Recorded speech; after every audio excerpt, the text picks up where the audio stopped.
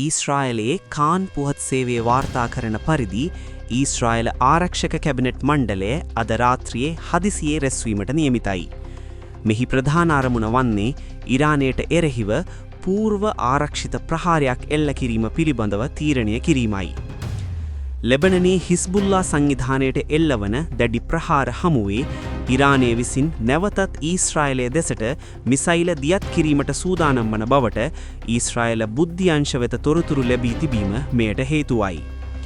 ධවල මන්දිර මාධ්‍ය ලේකම් කැරොලින් ලෙවිට් විසින් ඇක්සියස් පුවත් සේවයට කළ ප්‍රකාශය මුළු මැද පෙරදිගම කැළඹීමට පත් කර තිබේ. අමරිකාව සහ ඉරානය අතර ඇති කරගත් සති දෙකක සටන් විරාම ගිවිසුමට ලෙබනනයේ ඇතුළත් නොවන බව ඇයට පැහැදිලිවම ප්‍රකාශ කර ඇත. මෙයින් අදහස් වන්නේ ඊශ්‍රායලය විසින් ලෙබනනයේ හිස්බුල්ලා ඉලක්ක වෙත එල්ල කරන ප්‍රහාරයන්ට අමරිකාවේ පූර්ණ සහයෝගය හිමිවන බවත් එම ප්‍රහාර නතර කිරීමට අමරිකාව බලපෑම් නොකරන බවත්ය. ඉරානය සිය මිසයිල ඒකක සීරුවෙන් තබා ඇති බවත් ලෙබනනයට එල්ලවන ප්‍රහාරයන්ට ප්‍රතිචාර ලෙස ඊශ්‍රායලයට පහරදීමට ඔවුන් සැලසුම් කරන බවත් වාර්තා වේ. ඉරානය පහර දෙනතෙක් බලා නොසිටි ඔවුන්ගේ මිසයිල දියත් කිරීමේ මධ්‍යස්ථාන දැන්ම විනාශ කිරීමට ඊශ්‍රායල හමුදා ප්‍රධානීන් රජයට යෝජනා කර ඇත.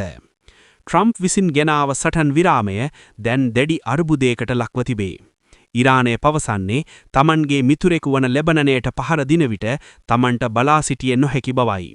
අනෙක් අතට ලෙබනනය සටන් විරාමයට අයිති නැති බව අමරිකාව පැවසීමත් සමග ඊශ්‍රායලය සිය ඔපරේෂන් රෝරිං ලයන් මෙහියුම තවදුරටත් තීව්‍ර කරනු ඇත. ඉරානයේ ෆාර්ස් නිවුස් පුවත් සේවය වාර්තා කරන පරිදි ඉරාන රජය විසින් හෝමෝ සමුද්‍ර සන්ධිය හරහා ගමන් කරන සියලුම තෙල් නැව් සහ වාණිජ නෞකා සඳහා වූ ගමනාගමන අවසරය වහාම ක්‍රියාත්මක වන පරිදි අත්හිටවා තිබේ. ඊශ්‍රායලය විසින් ලෙබනනයට එල්ල කරන දරුණු ප්‍රහාර නතර නොකිරීමට විරෝධය පළ කරමින් ඉරානය මෙම මාරක තීරණය ගෙන ඇත.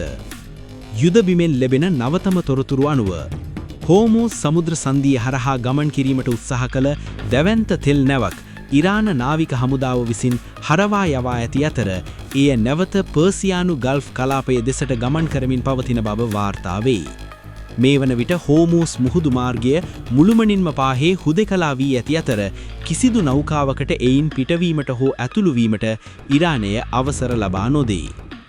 ඊශ්‍රායලය විසින් හිස්බුල්ලා මධ්‍යස්ථාන 100කට අධික ප්‍රමාණයකට පහරදීම සහ ලෙබනනය සටන් විරාමයට අදාළ නොවන බව ඇමරිකාව පැවසීම ඉරානයේ දැඩි කෝපයට හේතු වී ඇත.